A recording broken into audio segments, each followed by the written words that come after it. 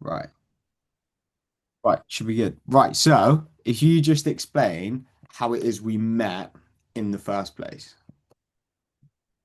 Yeah, so I think we first met, I think you kind of introduced yourself over Insta and I've been looking at some of your stuff and um around that time, I was going through a bit of an injury setback and really wanted to A, make some progress in terms of that recovery and B, learn a few more things and just push on a bit more with my training, which I hadn't been. Yeah, I think so. Obviously, getting in contact with you, it was quite lucky you lived fairly t close because we then ended up doing some PT. And then through the PT, we kind of just decided that you could make more progress. And in reality, it was kind of cheaper in terms of like what you were getting out because we would pay for a block of PT, which would basically last a month. But for the same price, you were then getting 24/7 attention, your whole programming taken over. Obviously, you do some extras in like some extra sort of group things outside of that. But it was kind of like a cheaper option in a way, wasn't it? Going from PT to online. Yeah, definitely. I mean, I think I was a bit nervous at first because I'd not done it before. But it's been better for me because there's not that pressure to get over to see you at a certain point in time. If life's going a bit wonky, I've got my sessions that I can kind of move around the week if I have to. And, as long as I'm getting them recorded, which I am, then you're looking at them and I'm getting pretty much the same, if not more feedback, because I'm doing more. We would do certain things in an hour, but obviously that's limited. But obviously then I'm in the gym and I'm giving you clips of me sort of across the whole training, and I kind of felt like we were getting more. I was getting more out of it in terms of looking at Yeah, like all the movements and stuff. Yeah. 100%. I think even from a coach's point of view, obviously I helped you in person and I can help people in person.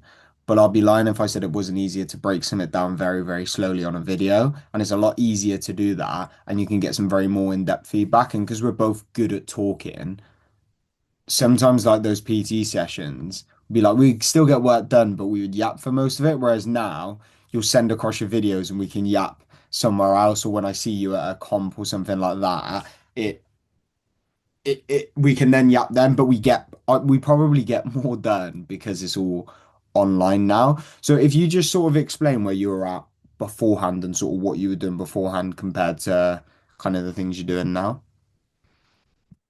Yeah, so obviously before I was working with a different PT and I've been with him for a couple of years, and one of my goals A was to learn Olympic lifting, and we hadn't even lifted the bar off the floor, in all honesty. We'd got as far as bear complex, and that was about it for a whole year. And the other thing that was really important for me was obviously around um, a year and a half ago, 2 years now, I had a very bad shoulder injury. Mm, Um, I say I had a very bad shoulder injury. I had a lot of injuries. The shoulder injury was one of the worst, followed by the hip. And I just wasn't making any progress with that. The surgeons had done a lot of work with me, and I felt like um, the opportunity that I got in terms of fixing it with PT had kind of been missed with my mm. last trainer. So yeah, when I came to you, I remember saying, I'd quite like to learn gymnastics. And the first day that I got on the bar was a no go. Yeah, Um, was absolute agony. Contrast that to today, where I can do hanging knee raises, I can kip a little bit, I can do some yeah. pull ups, I can do press ups. Complete change. And then obviously the hip injury. Mhm. So getting no progress on the hip injury, which was sort of putting me backwards on my running as well. Yeah. Um, and that I've gone from 5 years of having back pain and spasms every time I run to now being able to run, not pain free, but with pain not spreading across my back, Yeah. not limiting what I can actually physically do. 100%. I think the interesting thing is because because it's quite a complex, you're almost like a complex case because you really like to do hard things for one. So like you love to do your triathlons, you love to do almost that functional fitness stuff, so like deadly dozens, the superhuman games, and you had some very complex injuries. You would think doing a complex approach would help that, but we've actually if we just look at it based on programming, it's pretty straightforward. Like the goal was just like four movements really a session and just move well on them.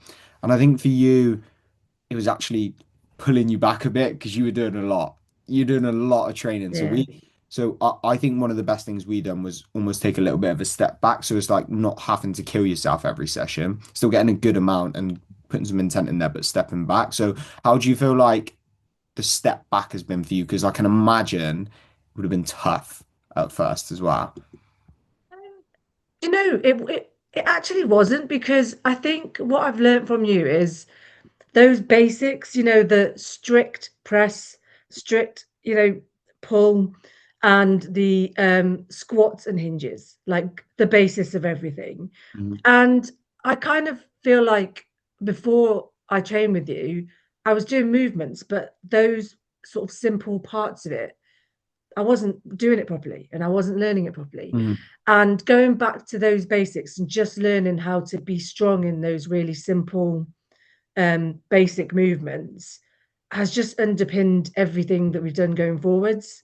Mhm. Um, and no, I've actually really enjoyed it. And part of that enjoyment is now being so much more pain free that I can do, you know, some of those other bits that we'd never got to do Mhm. last year. Yeah. I think because obviously we haven't conquered everything. We've made some good progress, but I think just having the ability to do more without having to worry about it is quite key. And I think that the key with like really simple programming is because you've got a busy, stressful life, like a lot of people do, you don't want to have to come in and do something super, super complex. Now, as much as the Olympic lifting is complex and that is there in some of your training, we've got to the point where it's kind of simplified and there's only a couple of things you need to work on whenever you go into the session. So it's quite nice, I think, even me personally, when I go in and I know, right, bang, bang, bang, bang. That's the movements. That's what I got to do. I know I've just got to treat them with some good intent. The session's done. It's almost like a stress off my hands when my coach does that for me. I don't know if you feel the same with that. Yeah, yeah, definitely. I mean, I I rely on my sessions to like take me out of my stressful life Yeah. because I really enjoy them and I really like the way that they're set up is it is simple enough for me. It's not like it's not overloading my brain. It's not making, like you say, really complex stuff. It's just working on those core bits and pieces. Yeah. 100%. I think it's actually quite cool h- how it has been doing less and doing stuff just well, and how much has Yeah. changed because it has been almost a step back probably from your prior training because definitely when you come to me your issue wasn't working hard. Like some people come on board and I'm like, right, we have to learn the skill of like intent and like pushing hard, which is a skill in itself, whereas for you it was like almost we need to learn how to like put the put the brakes on Yeah. and know when to push. So I think one of the interesting ones was recently when I came to watch you do your deadly dozen, and like beforehand some of our tactics was just learning when to push. And I think one of the best things on that, as much as the time we can definitely still improve that, you were pretty comfy throughout and like you learn, right, I'm good at this stuff, so I can push a little bit harder on this movement. So for example, something like a dumbbell snatch for you, that was just like I'm just or a push press is an even better example. It was like, right, I can really fly through these and be comfy afterwards, whereas something a little bit more challenging that may be closer to like, oh, this is a little bit painful as well in terms of like where your injuries have been, to like pull back on that to then give you the ability to move around on everything overall better. I don't know if you feel like that helped. That helped, and that was probably one of the biggest things I think you've improved on is learning like how to push and when to push. Yeah, definitely. Yeah, I think I've always like been able to pace myself running. In fact, pace myself too much in a way, but the weight stuff. I've always kind of tried to just go hell for leather on it. And, I really think about how we went into that with a good plan. Mm, And actually when we discussed it afterwards, there's things that we can change to that the next time I go into yeah. it in a pairs. So but I definitely felt like um I mean that was a for me it was actually a really big improvement. Just Mm, unfortunate. My partner was a bit injured, but it yeah. showed that I actually could take a little bit more of the strain on some of those Mm, areas that she was injured in, and then she took a bit more on the ones like you say that I struggle with. Um, so yeah, I've yeah definitely learned to pace myself. 100%. I honestly think sometimes even if the time or the result doesn't reflect, the feeling is more important. And the feeling that I was like, shit, you probably could have shaved off like 5 to 10 minutes off this time. Like Yeah, that's almost a really good feeling because you didn't leave there and feel like I'm absolutely battered. I don't know how I could push harder. It was like, I've got a lot to like, I've got a lot more in me. I felt good. I moved well. And it's almost, I feel like that's a massive confidence boost. Like sometimes it's the same for me if I do a comp and I'm like, right, the result wasn't perfect, but I feel like I know what to do next time round. I think that's super important as well. yeah. I think as well, one of the big takeaways for me was like I was worried about the fact that I had a triathlon the next day. And let's say a year ago, I would have done that Delhi Dozen and I would have had DOMs for days. And I would have been stiff that night and probably struggle walking the next day. And I woke up after that and I did push hard. And I woke up after that feeling fine. And I went to that triathlon and I wouldn't say anything was different to the last year that I went. I gave it exactly the same. So something that I've found very recently is like that recovery period for me is Mm. is so strong now. And Yeah, again, that means I'm obviously everything's being right going into it. Nutrition's right, training's right, and like you say, my attitude on the day to what I can do is right as well. Because you know, 100%. if I'm pushing myself on those areas where I'm weak, then I'm gonna really stretch my body and do things I shouldn't do. 100%. Yeah. 100%. Now, correct me if I'm wrong, but you shaved off around 12 minutes off your duathlon time. Yeah, yeah. I think it was a bit more than that. It was like 13 or 14. Yeah. But it was incredible because that was really difficult as well. Like, so that was like one of the first, it was one of the first things I did last year in preparation because I wanted to do triathlons and I wanted to over the winter get into it sort of gently with duathlons. And it's quite heavy on the running, that one. And the cycle is it's actually where they race cars uphill. It's so steep. So for me, I was amazed because I mean, that's it's so high intensity cardio as pain. well. Like, like Yeah. you think 12 minutes, that's like putting 30, 40 kilos on a back squat 1RM. Like that is absolutely huge. I almost was gonna reply to you and say, are you lying? Yeah. Because I honestly was like 12 minutes, that surely that's a typo. You meant like 1 minute Oh, I 20 or posted something. up the stuff, didn't I? I posted Yeah. up the times. I was Yeah. like, that that camp that like that is I think that's the one of the ones that stuck with me. Like obviously on the back squats, all of the compounds you've got stronger, and I think we haven't really tested loads of 1RMs, and mainly that's because like we don't need to because we can see the improvement through like 5 rep maxes, 3 rep maxes, which you're doing as your previous 1RMs for like 5 reps Yeah. now. So we know we're getting stronger. But like seeing 12 minutes shaved off that time, and like when you come to me, we haven't specifically trained for a duathlon, like at all, really. It's mainly just like reduce injury, get stronger, little bits of fitness now. We're definitely more into a running phase at the moment, but we haven't done anything like super specific on that. But we've massively improved on something around that just by focusing on the weak points, which is injured a lot, so let's reduce that. We need to get a little bit stronger and just move better because you're definitely not a weak athlete. You weren't weak when you came to me. It was just like fine tuning the mechanics. Would you agree?